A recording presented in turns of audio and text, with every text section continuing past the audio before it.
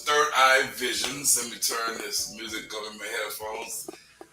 Where we motivate the blind, stimulate your mind, and welcome all kind. My name is Anthony Parker, and I am proud to have again my friend, my educator, an educator. She's well versed in many topics, especially when it comes to things about race and her ancestry. I'm glad to have Miss Cindy Hurst here with us. But before we jump into that, I'm going to first of all tell Alexa to be quiet. I'm going to tell you all, please subscribe, hit the notification bell, like, share, and comment. Now you have to share these videos, people. I mean, I don't know how many times I told you that's the only way I can get this information out, because I'm not just doing it for my health. Sorry about that. My mic wasn't fixed. I'm not doing it for my health, as I had preface in the other videos. I want y'all to check out the things that I'm doing. And we not only on this show talk about blindness, we talk about other issues as well. And trying to get you to be versed in a lot of other topics, a little bit that I do know. And if I don't know, I'm gonna bring on people who do know, who can enlighten me.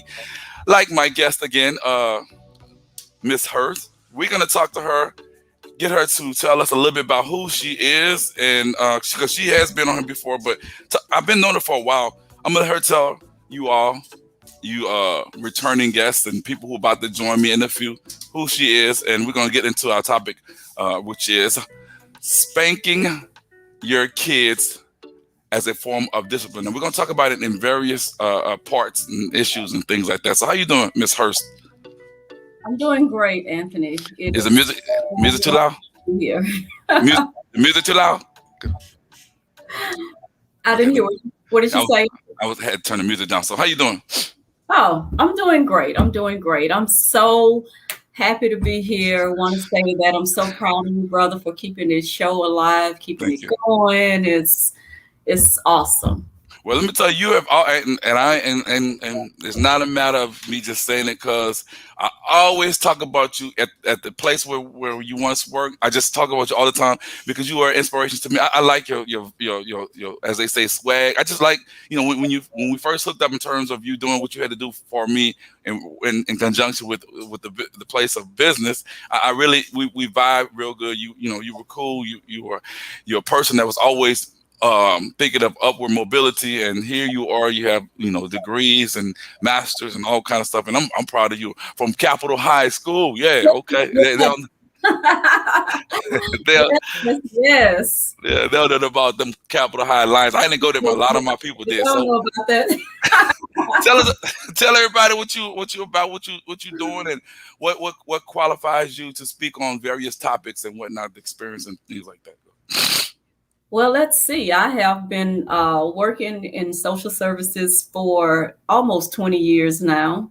I have worked in so many different areas of social services. I have worked, of course, with people who are living with significant disabilities. I've worked with women and children in domestic violence issues. I have worked with children who have different types of issues like ADHD, things like that. I also am currently working with parents, teaching parenting classes.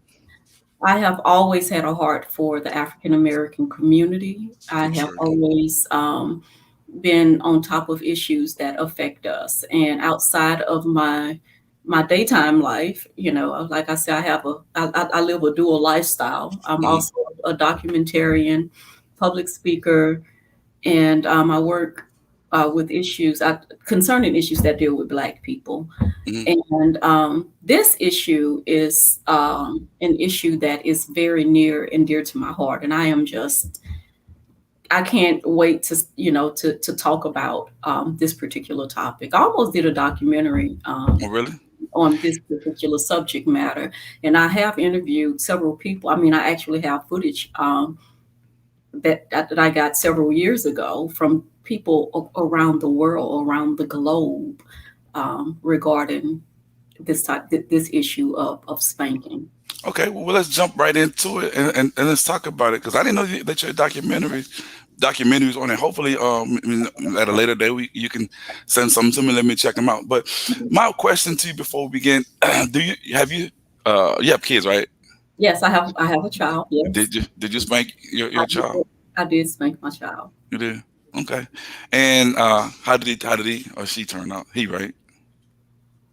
Well, let me put it like this. I started out spanking my child. Mm, Then I think I probably stopped. Well, he by the time I determined that I didn't feel like it was the right thing to do. He mm. was beyond those years. I regret spanking my child every day. I mean, like I think about it, and it's something that I wish I had not done.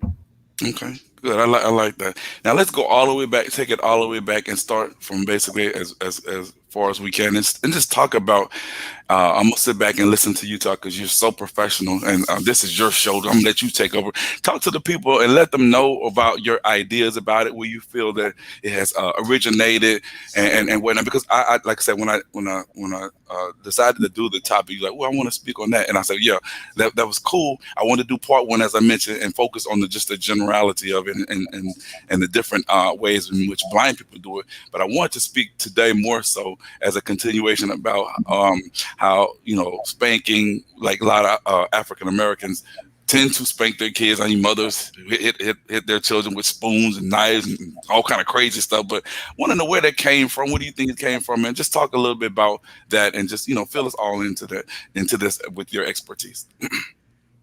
I personally don't think that it comes from one particular place. I think that a lot of it is generational. A lot of it has been passed down. I spanked my child because my mom spanked me, and her mom spanked her, and we can go back as far as why. I think that there are different reasons why people spank because it's not just a black issue; it's a global issue of spanking. I Okay, think talk about it. it comes down to how we feel about ownership, and we feel like that we own our children and we have a right to spank them under the guise of teaching them something. And I think it may have something to do with, that form of slavery thing. It may have something to do with the fact that the parent is abusive. But with me, regardless to how or why a parent spanks their children, excuse me, I'm more focused on getting parents to understand the effects of what happens when you spank a child. So it's regardless if you it basically comes out of normally when we spank our children, it's a knee-jerk reaction to fear or anger or embarrassment or something to that effect. Normally, when a child is spanked, it's done in the heat of the moment. The child has done something to trigger a reaction for the parents. Say, like the child run out into the street, that's a fear reaction, and the parent reacts normally instantly, like, boy, don't run out in the street, and they might, pop him on the butt, or the child may curse and say something to the parent, and their parent take it as an affront to them. And so, I mean, there are many different reasons why, but in the heat of the moment, it's mostly a heat of the moment type of reaction or response to something that a child does. And let's be clear, children only misbehave. There's only a few reasons why they do it. They either want attention, they're bored, or they don't know how to act because they're children. I mean, and the last one, because they are children. The human brain isn't really formed completely till you're about 24 years old. So if Mm, you have a 2-year-old behaving a certain way, running into the street, well, apparently that child does not know the danger of running into the street. So there are reasons why children misbehave. And there's a myriad of reasons how we respond to that misbehavior. But my whole thing is to get parents to recognize what's happening when you hit that child. And on the same token, do you think that certain actions that a kid does requires certain punishments or certain types of discipline, or if a parent never whips their kids, do you think that maybe that talking would always work, or he has to or she has to receive some type of discipline in the form of maybe a spanking? You follow what I'm saying?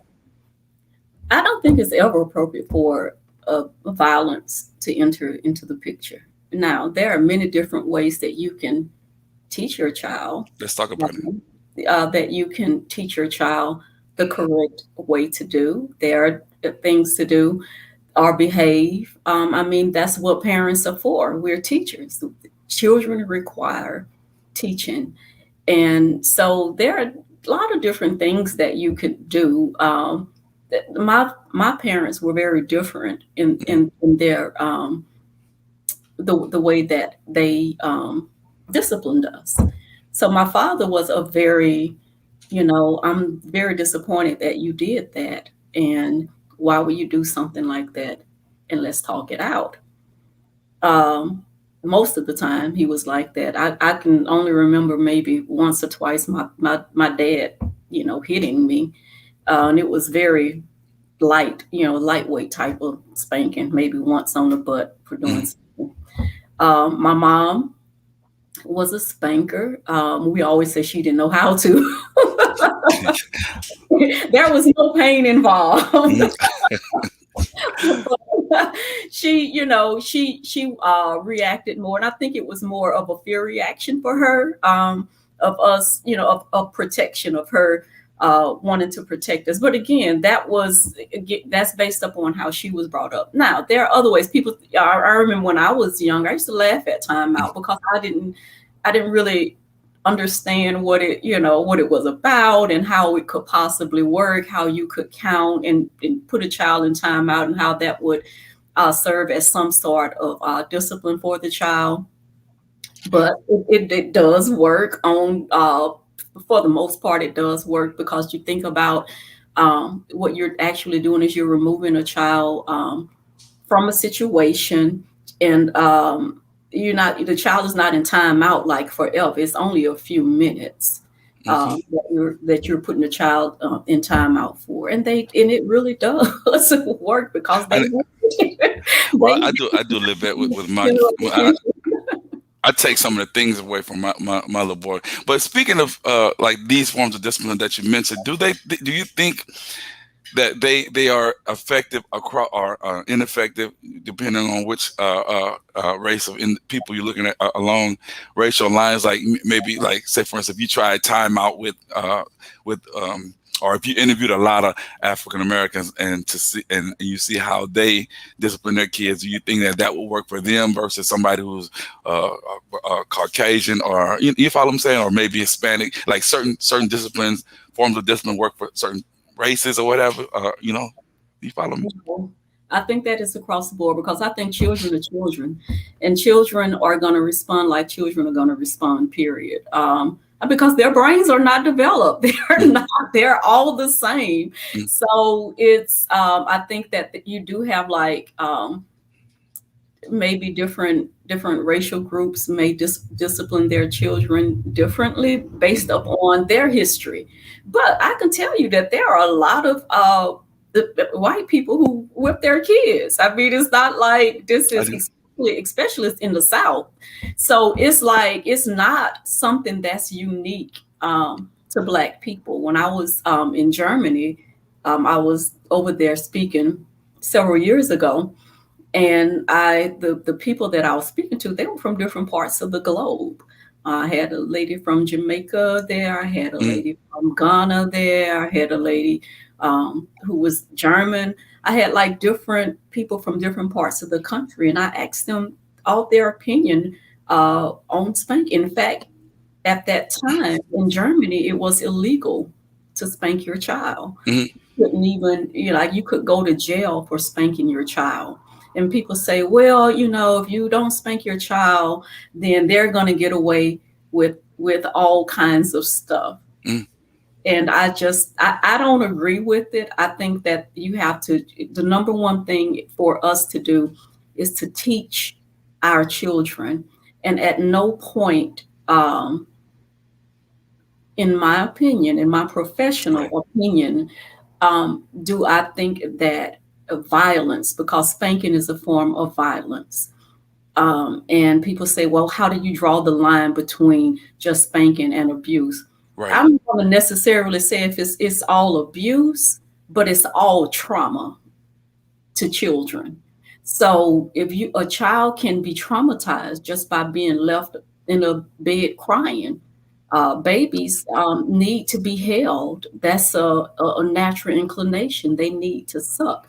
That's a natural inclination to them. So for a parent to say, "Well, I'm not going to pick the baby up. I'm just going to let the baby I've cry," heard that. I've heard that. that's a very traumatic experience to that infant. And that infant, and it can have like rippling repercussions to that child. So if leaving a child in the bed to cry alone without giving that baby that attachment, that comfort, can you imagine what it must be like to spank a child, to inflict physical pain on a child whose brain cannot even function or formulate right from wrong, but to inflict that type of trauma on a child, it can have devastating effects, and it has had devastating effects on many of us. Mhm.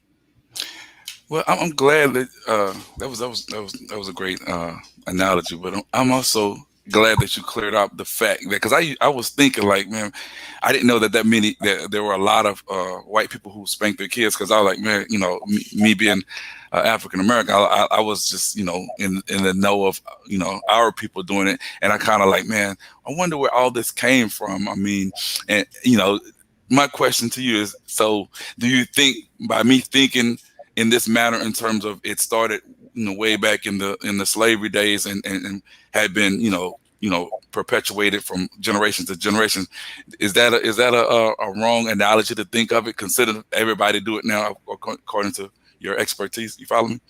Well, I don't.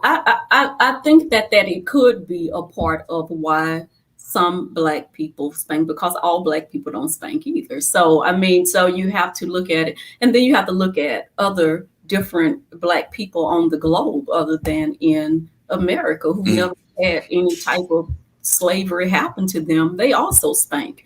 So it's like I said, it's a global issue. I think in the African American community, mm, I think that we may spank more because we feel that we almost kind of like want to instill a sense of fear in I know you. children, because we know that the repercussions are different. We know that it's different if a little black boy gets in trouble. We've seen little black boys riding in the back of police cars, or just doing silly stuff like walking down the street. Mhm. We know that. I think we probably try to instill, like, want them to be afraid, like scare them into doing the right thing. Because boy, if you do this, if you get pulled over, you could die. Or if so, the repercussions of us doing something are different than other ethnic groups. So I think that a lot of times, especially with boys. There's a lady in New York. She wrote a book about spanking boys. I can't think of the name of it, but Mhm. the repercussions of spanking black boys. But I think we do it out of fear. I think and even like during slavery times, we did not want, we knew what would happen if we did something wrong. We Right, knew that we would get that whip. We knew that, we could die. We can get our feet cut off. All right, types of things happen. We can get, lynched. All kinds of things could happen. So I think that parents did whatever they felt they needed to do necessary, to say, don't do this because it could get you killed. It could get you in a lot of trouble. And I think even more so now, we still use it as a form of teaching. We try to use it as a way to teach our children, as opposed to punishing them. And those are two different things. Teaching and punishing, Okay. they're not, shouldn't even be in the same sense. It's two different things that we're talking about. So I think that we do it more so to teach our children, because the repercussions are so much more dismal than other ethnic groups. And I'm glad you cleared that up, because I definitely was like pondering about that particular subject or topic, because I was like kind of wondering, and you put it all in a nice little bow for me, and I definitely appreciate you explaining that to me. You have a little bit more you were supposed to say? No, I'm just saying that I think that there's just a lot. Now, I have had very heated discussions with people about spanking, and they are like adamant, like, I'm going to spank my child. I got spanked when I was a child. Mm-hmm. Turned out fine. I look at me, I'm like, well, did you really turn out fine? Like, I've heard people saying that. That's I'm also. like, it's like, how do we know what fine is? Did we really turn out fine? Well, I want to spank them, before they end up in prison. Well, I can tell you now, you go to the prison, you ask probably 80% of the people who are in prison, if they were spanked, I can assure you that they're going to say, yeah, I was spanked. So spanking doesn't necessarily stop you from going to prison. Stop you from going to prison. Again, the effects of any type. I mean, can you imagine? You just as a grown man, if somebody sucker punch you, just come out and just punch you, in your face, you're gonna be like, what happened? Like, it's a traumatic experience. It is something that is not pleasant. You don't quite understand why it's happening. But imagine a child getting that type of pain inflicted on them, and they have it's like a sucker punch, like, what are you doing? And then you confuse the child and say, oh, I'm doing this because I love you. Yep, I've heard that saying as well. The child is equating violence and love. That's an oxymoron.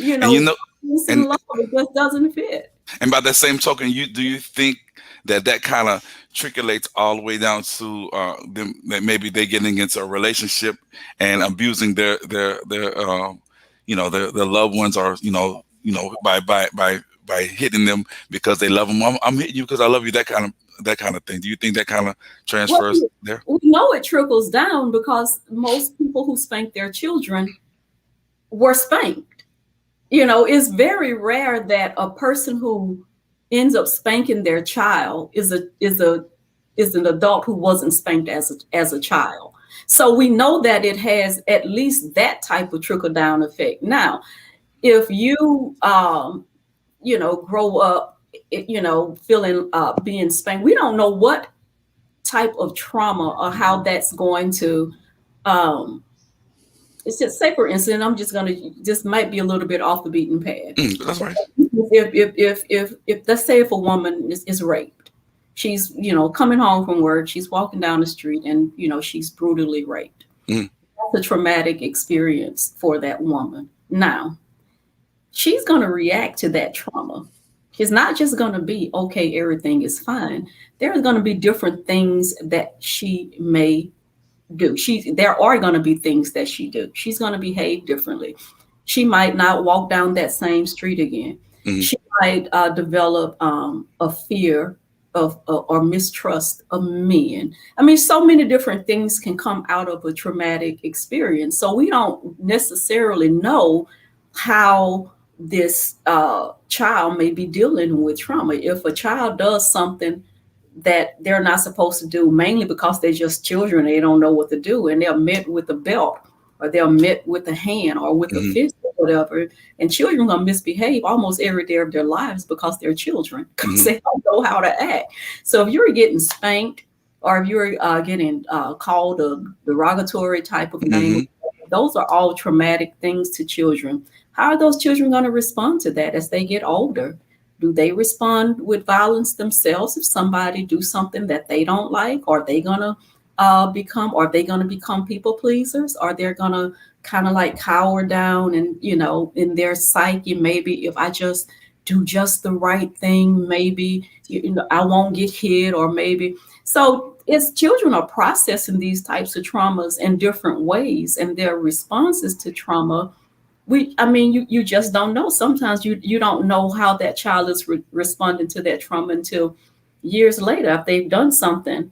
You find yourself sitting on, a therapist's couch and, working it all out and figuring out, well, why am I like this? Why am I a people pleaser? And Why am I beating my wife? Why, whatever, but we don't know. But one thing we do know for sure, we do know that violence is trauma.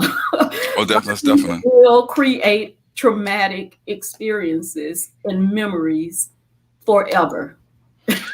And I would like to find out the study in terms of how many people who were spanked, and as they got older and got into relationships, stated, well, I'm not going to do this because I was spanked, or those who say, well, because I, or who were spanked while they were young, end up turning out to be violent kids. I like to see the number Look, of let me tell you, individuals.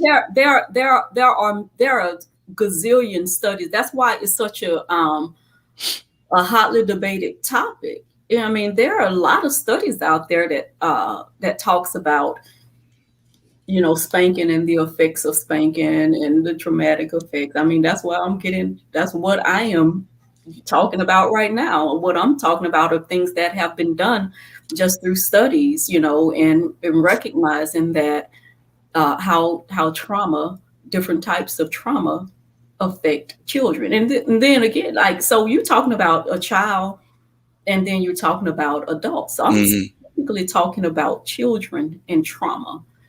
And I'm just saying that spanking, any type of violence towards a child, is a form of trauma because of their brain, how their brains are developing. If an adult can experience trauma through violence and never hardly recover, and not recover from it, then we know for sure that children experience trauma. And then not only that, sometimes children are so young that they don't even know how to process trauma.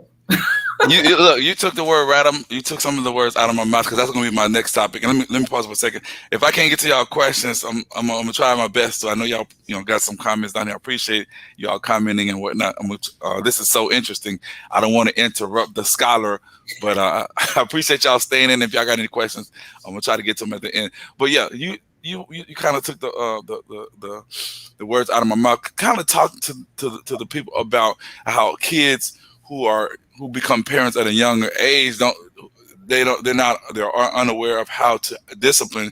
And in a sense, I think that people, if you have kids, you kind of like should wait until you're at least mature enough to do so. Talk to them about if there is a correlation or understanding of how people who are young parents, and the only thing they can think of is actually using physical force instead of sitting down and talking to them because they haven't really developed themselves as adults. Do you follow me? Right. Well, I can say this, that like when I started out earlier, that the human brain is not fully developed until you're about 22, 24, sometimes 26 years old. That is the downside of being a human, of being if you look at other animals, any other type of animal, but as humans, Homo sapiens, our brains are bigger. That's what gives us the ability to create stories and do all of the different things that other animals can't do. Hmm. The downside to that is it takes such a long time for that brain to develop, like a cat. That kitten is up and running and out, and all a cat, having babies, so it doesn't take a long time. But for human, it takes a lot of nurturing to develop that brain. So if you have a 14-year-old who has a baby, Mhm. That 14-year-old child isn't her brain isn't to the hasn't developed uh, to where I'm not saying that a 14-year-old child can't raise a child. I think that that 14-year-old need a lot of support.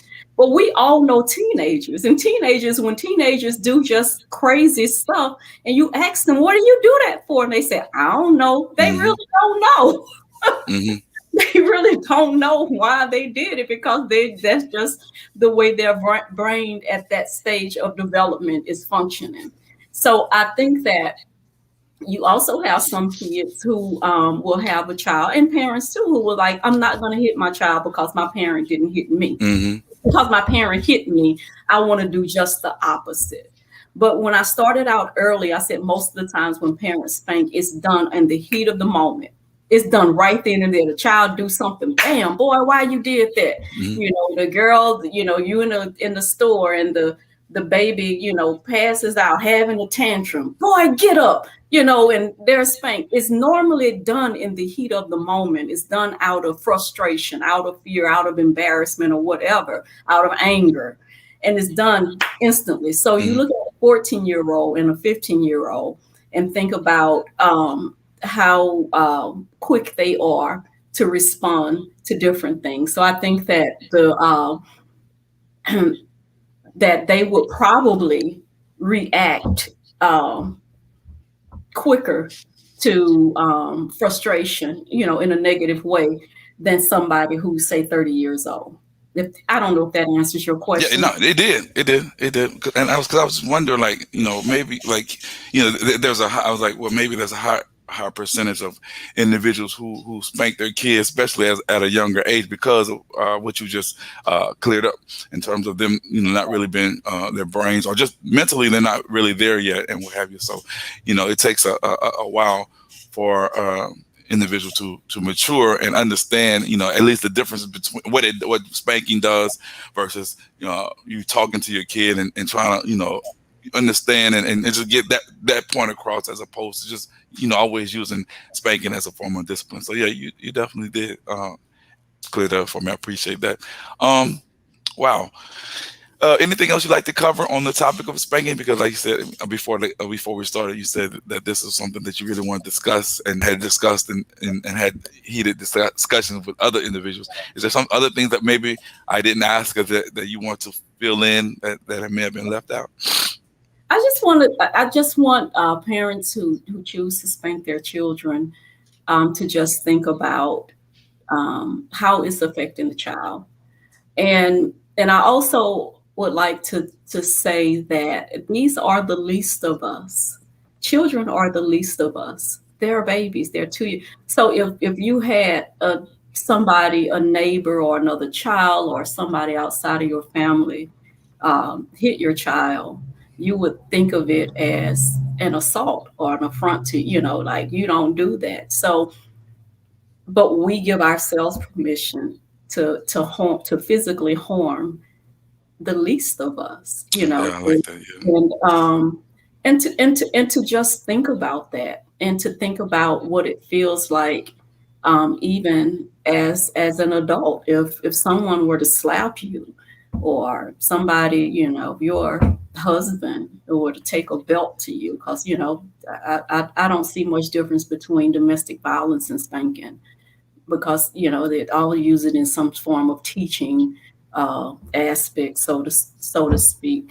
But their children are the least of us, and we're supposed to protect them. I like that. We are supposed to prevent prevent them from being harmed in any way. And to say that we are spanking our children under the guise of teaching them something, there are so many different ways that you can teach a child without bringing physical harm. So I just encourage parents who do spank to think about, when you spank your child, are you doing it in the heat of the moment because maybe you're having a bad day, maybe you're angry, maybe you're embarrassed, maybe you are your child, especially if it's a teenager. Teenagers know how to push all kinds of buttons, but just think about that, and think about how a child's brain develops, but also think about the long-term effects of trauma. And because we're not all fine, we were spanked and we're just all fine. What does that mean? Right. Yeah. How do you define that? I mean, What does that mean? We're all fine. We turned out okay. Well, maybe we could have turned out better. differently if we weren't spanked. So I'm just saying, regardless if you pro spank, if you're for spanking or against, just think about the trauma that's involved to a child, and also think about the fact that children really don't know what they're doing. It's a very confusing thing to And it's see. great. That's a great point. So, and I know that I'm gonna just ask you this as we close question, and I know exactly how you feel about spanking, but I'm just throw it out there at you. Do you think there's ever, and ever forever need a need for a child to be spanked? I mean, I know that there are other forms of discipline. I mean, I used to spank. I don't do it no more.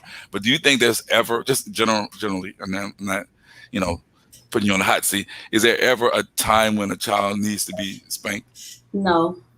Okay.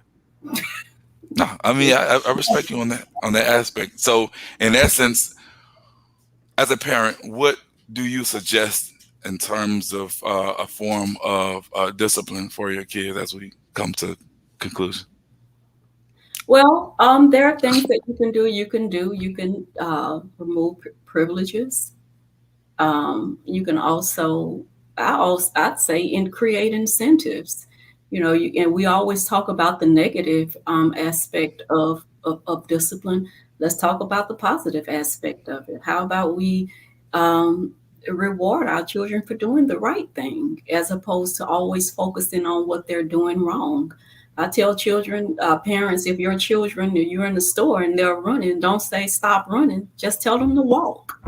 It's a way that you can focus on positive things that a child do. Children want to please their parents. It's a natural inclination. Children like praise, and they like to please their parents. So I would challenge parents to try positive, for 1 week. Pay attention to the things that they do well. I teach a parenting class now, and I tell parents to get in the habit of telling a bedtime story to their children, and let it be all about that child. Put that child to sleep. Once upon a time, there was a little girl named Cindy, and Cindy got up that morning and she brushed her teeth just like she was supposed That's to beautiful. Yeah. do. And man, she even made up her bed too. And she was such a big girl, and she got her backpack together, and just make that story about all the things that child did right for that day. And I promise you, I like that. child is going to start looking forward to hearing that bedtime story. Sometimes that bedtime story going to be quick. Once upon a time, there was a child named Cindy, and she came home from school and she did her chores. That the end. And I'm like, I like.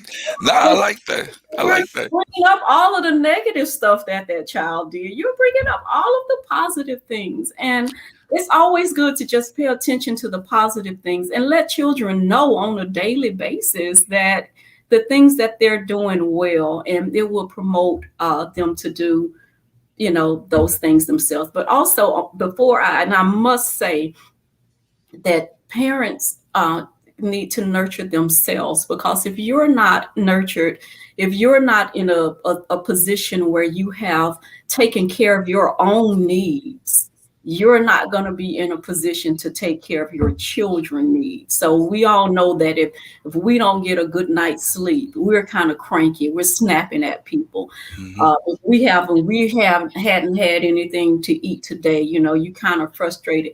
So make sure you handle your own needs. Put yourself in a chill zone. Try to make things better for yourself, and that's also going to help how you respond to the whimsical things that children do. Children are only behaving the way children are supposed to behave That's when real they talk. do things. So just think about that as well. Man, that's why I come to you with these deep and depth talks and whatnot. Let me play devil's advocate, and I know right quick. I know this I said last time was the last question, but I know you've talked with individuals, especially African Americans, and you've talked to them about, you've given them some ways that they can use aside from this. What do you say to, and my people, sometimes they do this sometimes, when you give them that what you told them in terms of the reading the stories that take something away from 'em, they come to you like, oh, that man, you doing what the white folks do. Have you ever, has that ever been a situation in terms of that, in terms of them wanting to do what they want to do as far as spanking, and you tell them, let's try these other alternatives, and they not really want to hear you. And I may be generalizing with black people, but Yeah, they do yeah, that. I agree. I've had that. I've had, time out, that's what, that doesn't work. That doesn't, do this or whatever. And I just challenge parents to say, try it. Hmm. It's like you won't know if it works or not. There's so many different things that you could do to encourage. I tell parents that you can make rules. You can make family rules. I mean, does that sound quirky and Brady Bunchy or whatever? But it's like, if you got chaos in your house, if you have a 13-year-old that you feel like is just out the box, and you're trying to do something, and let's be clear, if spanking worked, you only have to do it that one time, right? That's right. That's a good point, girl. So, if you got teenagers are going to behave the way teenagers behave. Just think about when we were teenagers. I know I did some crazy stuff when I was a teenager. So, and on top of trauma, because I had a traumatic childhood. So, I know that I did a lot of different things that probably gave my parents just all kinds of headaches.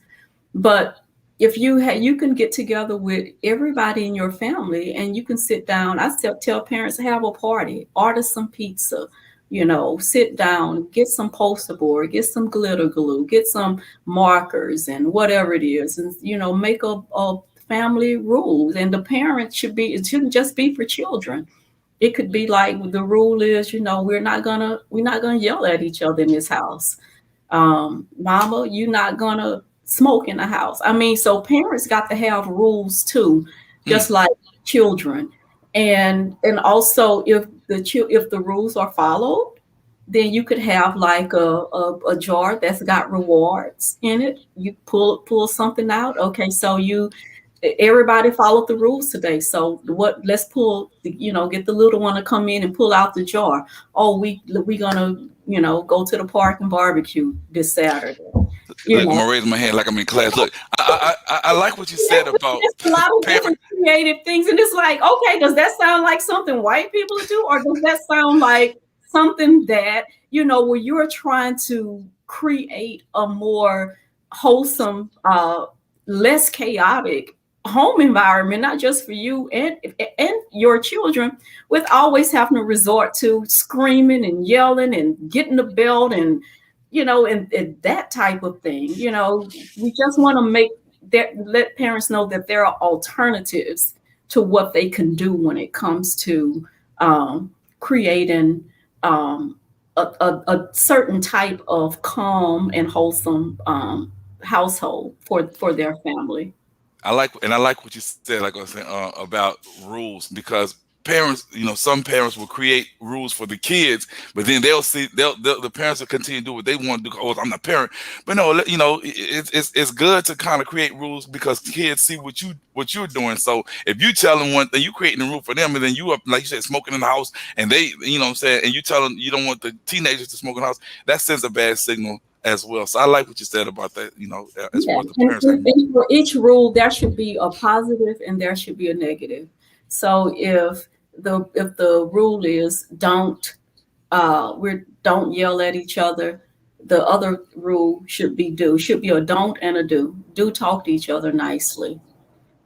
So it should be a positive. There should also be a positive consequence if the rules are followed, and there should also be negative consequences if the rules aren't followed. So you can have another jar that has the negative consequences, where if mom was screaming and acting a fool to everybody all week long.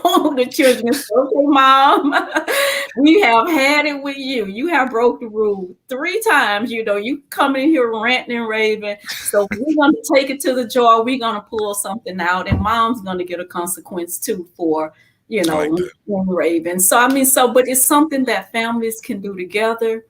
And it's something to keep everybody in check.